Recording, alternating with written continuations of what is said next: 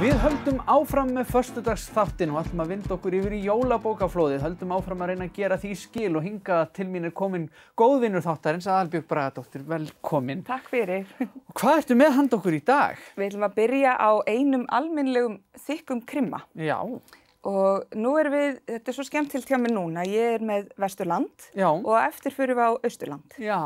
Þannig að nú tölum við aðeins landsbyggðarskáld. Þetta bók eftir hana Evu Björgu Ægisdóttur og þetta þriðja skáldsaga hennar. Hún hefur verið að ryðja sér til rúms núna síðustu 3 ár og með hverri bókinni finnst mér hún alltaf vera stíga aðeins áfram skrifið á sínum rithöfundaferli og þetta er bara ljómandi verk. Já. Fyrri bækur hennar, hún gaf út sögu sem heitir Marrið í stiganum og sú saga vann til Svartfuglsverðlaunanna og var svolítið svona Spútnik saga það árið og hún fekk marga útgáfutitla samninga í útlöndum veit ég og í framhaldinu gaf hún út sögu í fyrra sem heitir Stelpur sem ljúga og það var nokkuð sterk saga og hér finnst mér hún vera að rísa svona ennþá herra. Já. Þetta er áfram, hér fjallan áfram sama teymi og áður í hinum bókunum 2 og það er lögreglufólk á Akranesi en Eva Björg er einmitt uppalin á Akranesi og bjóð þar lengst framan af til 25 ára aldurs. Sagan sem sagt hverfist lögregluteymi sem við þekkjum úr fyrri bókunum og þar er fremst í flokki hún Elma, lögreglukona og hún hefur svona smátt og smátt að draga sig saman við lögreglufélaga sinn sem heitir Sævar og núna sjáum við áfram þeirra samband þróast. Það kemur upp náttúrulega mál. Það er ungur drengur sem finnst látinn í herbyggi sínu og deyr á nokkuð voveiflegan hátt. Og þetta er svolítið skemmtileg pæling því að hún er að vinna með allt til flókið þema hér sem er þetta sem kallast oft lokað herbergismorð.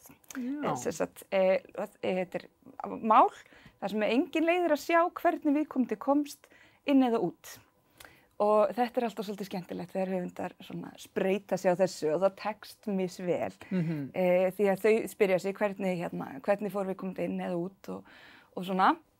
Og síðan vindur málið upp á sig og fleira kemur fram. Það eru margir gallar og margir kostir við þessa sögu. Helstu kostirnir eru að hún er góður lýsandi og mér þykir hún vera góður greinandi. Hún skrifar stórt persónugallerí. Það eru mjög marga persónur og svona í upphafi svolítið verður þetta pínu kraðak því það eru að kynnin þessi hjón hér og nágranninn í þessu húsi og börnin þeirra og þetta verður svona svolítið haldið utan í upphafi. En síðan þegar liður á söguna þá fara allir þræðir að tengjast. Sagan sjálf hverfist alltaf framhjáhald, hjónabönd og svona vandamál innan heimila. Þetta er ekkert sérlega ljót saga að því leyti hún er engin gróteska. Nei. En þetta er svona glæpir gegn þeim sem maður elskar mest og traust og að standa með sér og sínum. Vandinn er kannski sá að hún er helst til löng. Já. Þetta eru rúmar 360 blaðsíður og langi kaflar, hún reyndi að skipta köflunum sínum upp í svona hluta, en mér finnst hún fullöng, hefði almátt stytt hana aðeins, en þetta þetta markviss gert til þess að lesandinn fái almennilega tilfinningu fyrir persónugallerínu. Já. Og hlutinni gerist ekkert mjög hratt. Það þarf að hægt og bítandi kynnust við persónuleikendum og það er stór ungmennahópur, fólk tvítugt og hvernig þeirra samskipti ganga fyrir sig og það er einn úr hópnum þeirra sem finnst látinn. Og mér finnst hún nær vel að skipta svolítið rödd, að vera að skrifa í anda unglinga, eða þetta er ekki unglingar, þetta er ungt fólk, og síðan milli 40 og 50.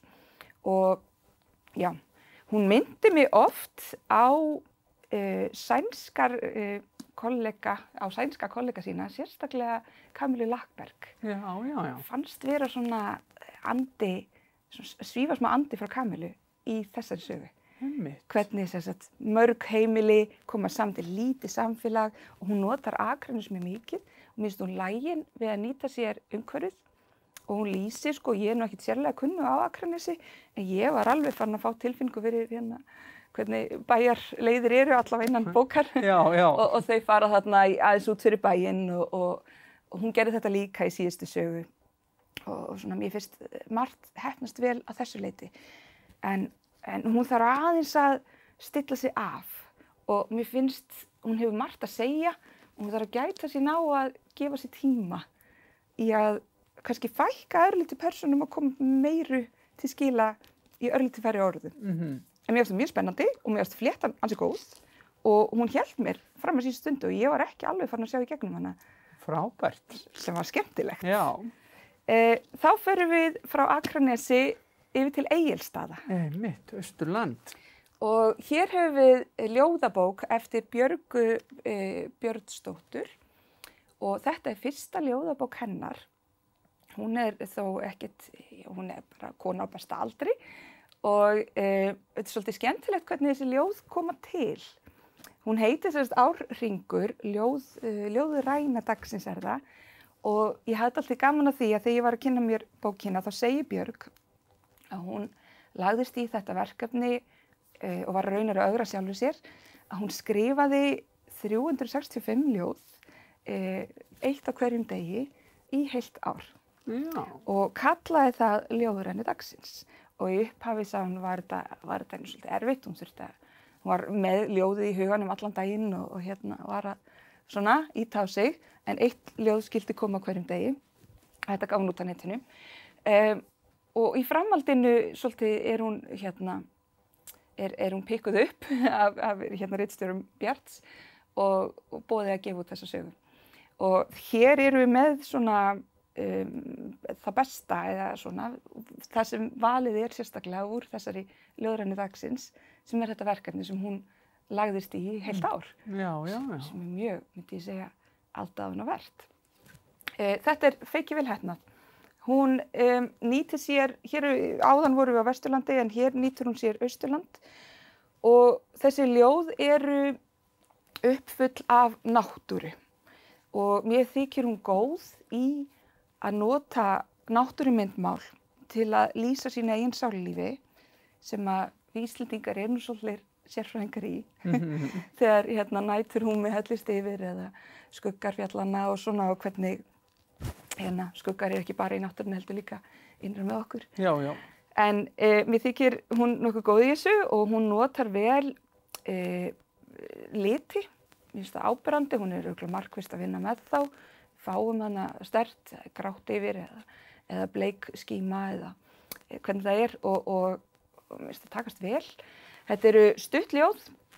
Fyrsti hlutinn heitir Ár og þar eru við með 12 ljóð sem öll bera nafn gömlu mánaðana, gömlu íslensku mánaðana. Og síðari hlutinn heitir Hringur og það er þá Ár og Hringur, Árhringur. Og þar eru við lengra ljóð, eitt samfellt ljóð, lengri bálkur sem er að mörgu leyti persónlegur og þar er sögð saga. Já. En ég er ansi hrifin af þessu, mér þykir hún þetta er svo þroskað og svona vakti athygli mína. Vel heppnað. Frábært, þetta er skemmtilegur kokteil. Já, þannig mjög áhugaverð hérna glæpa stúdía á Akranesi sem ég hafði bara verulega gaman af og náttúruljóð frá Austurlandi. Frábært. Kærar þakkir fyrir þetta. Takk fyrir að fá mig. Frábært að koma, við erum búin að gera þessu ansi góð skil held ég.